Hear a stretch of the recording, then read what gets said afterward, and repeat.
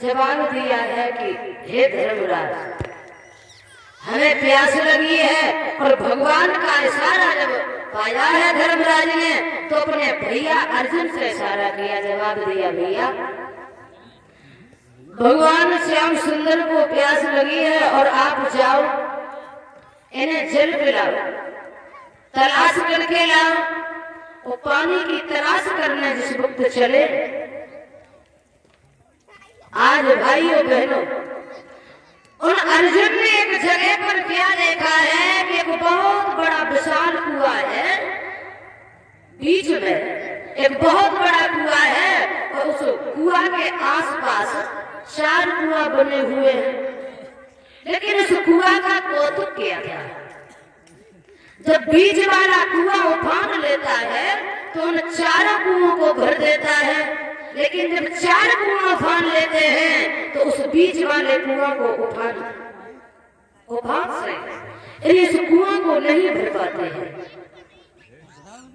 बीच वाला जब कुआं पानी से उफनता है तो 4 कुआं भर जाते हैं, लेकिन 4 कुआं जब उफनते हैं तो 1 कुआं नहीं भर पाता है। तो अब अर्जुन बैठ गए हैं, सोचने लगे, समझ में ये नहीं आता बात क्या है। सोच रहे हैं अगर कोई राहगीर निकले तो उससे मैं पूछ लूं, लेकिन कोई नहीं आया। अब क्या देखा, भगवान ने कहा अर्जुन तो वापस नहीं आए, भैया ऐसा करो भीम को भेजो। तो भीम जब गए हैं द्वितीय दिशा में तो इन्होंने क्या देखा कि एक कुआं में कच्चे धागा में बनी हुई 80 मन की शिला लटक रही है। और उस दृश्य को निहार करके भीम बड़े चक्कर में सोच रहे हैं, बाजीबा कच्चे धागा में और 80 मन की शिला जो है बंधी हुई लटक रही है, ये समझ में नहीं आ रहा है। लेकिन अब वो भी वहीं बैठ गए, कोई नहीं निकला है। तीसरी बार जब नकुल का नंबर आया तो नकुल गए हैं और जिन्होंने क्या देखा कि एक वृक्ष के नीचे एक गाय है और वो गाय नकुल के सामने ही एक छोटी सी बछिया को जन्म दिया है, लेकिन वो गाय उस बछिया का दूध पी रही है। जिस बछिया को गाय ने जन्म दिया उसी बछिया का दूध पी रही है। तो नकुल विचार करते ऐसा कैसे हो गया, ये उल्टा कैसे हो रहा है। कोई निकले तो मैं उससे पूछूंगा, लेकिन भगवान की महिमा, अब निकलने वाला कौन था, कोई नहीं आया। और चौथी बार नंबर सहदेव का आया है।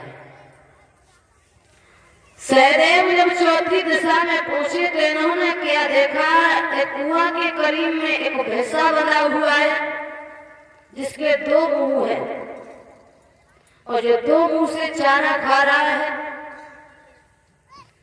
ये देख करके आज सहदेव भी भौचक के रह गए, विचार करते हैं ये अद्भुत नजारा क्या देख रहा हूं सब कुछ में।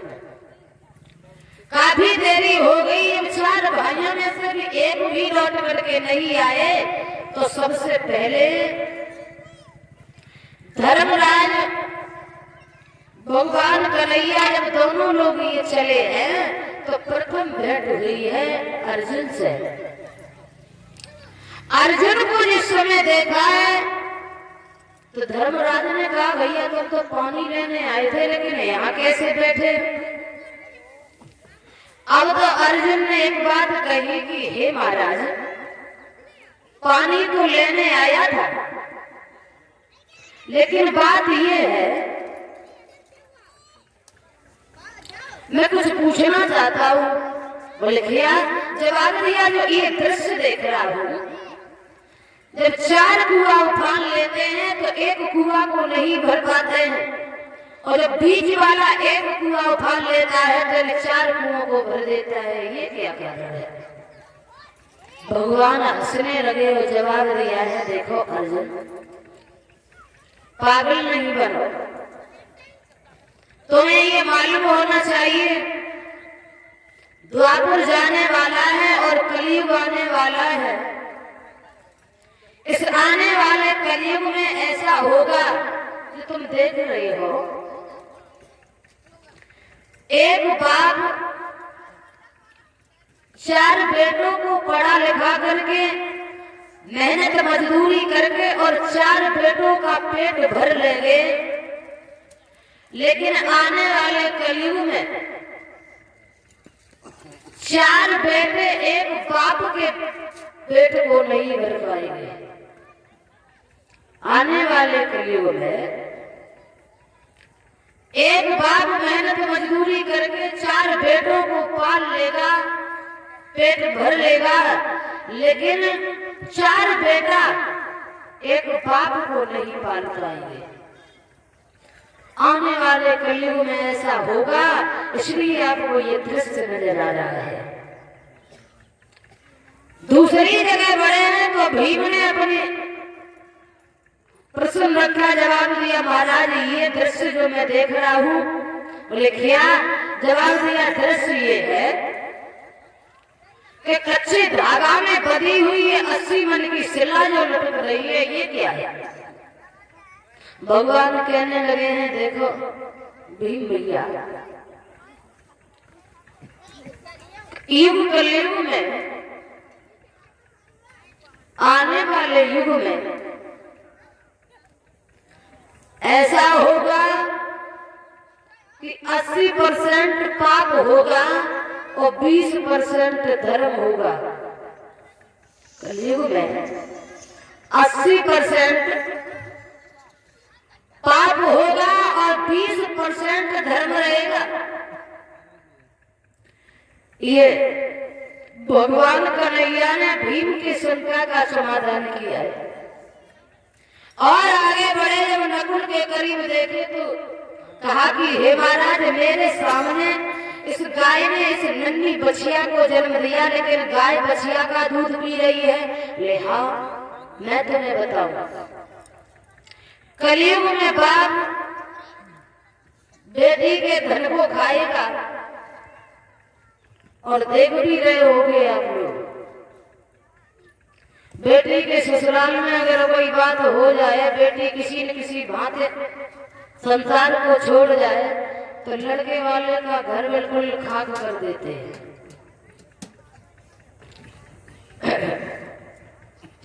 आओ भाइयों, नकुल की शंका को समाधान किया है। और आगे बढ़े तो देखा